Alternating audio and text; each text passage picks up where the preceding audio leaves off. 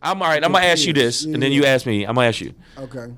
Who's your comic? The comic people that you looked at as comics, but before you was a comic, said, "Yo, man, that motherfucker." Because I know mine. The one I looked at like stars. They were stars, and they were like, Mike "Yo, Epps. man, Mike Epps." Yeah. That's another one I didn't name. Mike Epps is another beat. Like he's up there. Oh yeah. Okay, so you looked at Mike Epps like that, Lampard. Yo, that motherfucker is the truth. Yeah. Like to me, I'm older than you, so I'm much older than you. It'd be Eddie Murphy. When I first saw, yo man, Delirious. I thought Delirious was one of the best shit I ever seen. See, and I only seen half of Delirious. Delirious was at the time was just and raw, and it was. But before even Eddie, it was Dick Gregory. I was into Dick Gregory, heavy, and I liked Paul Mooney. Okay. I mean, Mr. Mooney. Mr. Mooney. With the voice. I'm Paul motherfucking Mooney. A nigga, get my Cavassier. Like I like the fact he didn't give a fuck. There'd be white people in the audience. He would say, look at you crackers. I just thought he was the shit. And he just didn't give a fuck. And Dick Gregory was dropped just as heavy as shit and still get laughs. And then when I saw Eddie, it was like a young dude with swag. Yeah. You know, I mean, you got to be real confident to wear red leather pants. Come on, man. Tight leather pants. Yeah. No, see, people that y'all young people don't know. Go look at a video of Eddie Murphy and Raw. The nigga came out with tight leather pants on and like a leather jumpsuit. Yeah. On some Elvis shit, which I found out later he liked Elvis. Yeah. So I mean, like I'd say him. I like Kevin Hart's grind. Yeah. We're different kind of stand-ups. Yeah. Because my shit is way more aggressive and I'm more political. Yeah. But his grind is he's so impressed by him every time. His work ethic is you know, Mike Epps. I like Mike Epps in interviews more than I do stand-up. Really? I like Mike Epps stand-up. I don't love it. But I don't dislike it at all.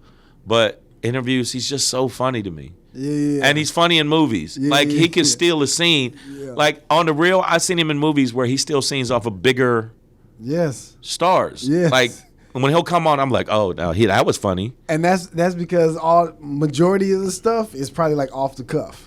Yeah, keep it. His off the cuff shit is brilliant. JB Smoove is good at that too. I watch him on Curb Your Enthusiasm. JB Smoove's real good off the cuff. Yeah. But that's another person I thought he'd be a bigger star. He's still a huge deal, but JB Smoove is great in movies. He's great on the show. Yeah. You know, people forget there's people that's out there getting it, but Mike Epps. Who's your I'm gonna ask, it's a 2-part question. Who's your celebrity like, I want to just hang out with that motherfucker, like, I just kick it on some one-on-one, pick their brain, and who's the motherfucker you be like, I don't give a fuck what he's doing. I'm not fucking with him. Or her. Damn, you made it a demon. Did you see he made it? This is the God joke, and this is the devil joke. Like, I already have. And I'm going to give you mine, too. I'm going to give you mine. No, we got to switch off then. No. We got to switch off. Okay. I'll do mine first. So the good one first? Yeah. I've already done. Chappelle. I've actually, I've kicked it with Chappelle, and I've known Chappelle for a long time, and I've been around him for, a sustained amount of time, and,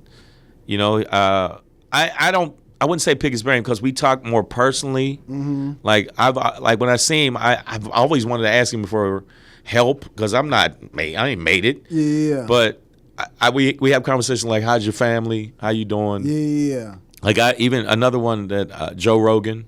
I do like Joe Rogan, but I've had conversations. I was surprised. The first time I got to do a show with him, we ended up talking hour and a half. Really? And like I didn't know him. We just had so much shit in common with UFC and I was talking about UFC, and then we talked about comedy, then talk about he got kids and I got kids, so it was more not comedy driven. It was more like, oh, hey man, just you got kids, I got kids.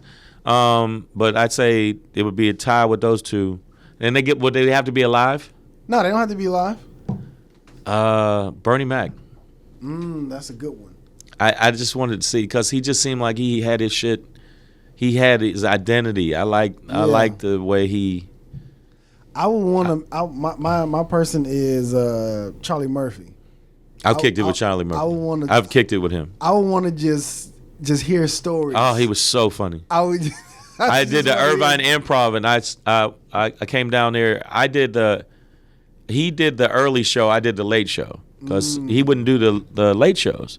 So they would book like it'd be Charlie Murphy, and then he'd headline the first show, and then I was headlining the chef show. I was like hoping I got an audience, and luckily, like the people that couldn't get in to see him was like, well, we can't see him. Let's see who. A lot of them didn't even know. Well, let's see if this motherfucker's funny. Yeah. And then I got to kick it with him in the green room, man. When I say that motherfucker I thought I said hard shit. Yeah. Man, that motherfucker was hilarious. His stories. That's why I want to. Oh my God, dude. And he really does tell stories. Like we was in the green room, and I bullshit you not. He had to do 45 in the green room. Just in the green room. Just like, yeah, Shang, you be mad. You mean, nigga, you mad and shit. You mad nigga.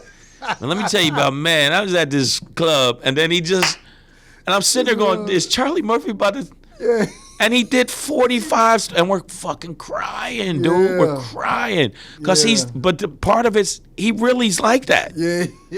And I was like, man, I tried to knock this nigga's lung loose. I'm like, who says that?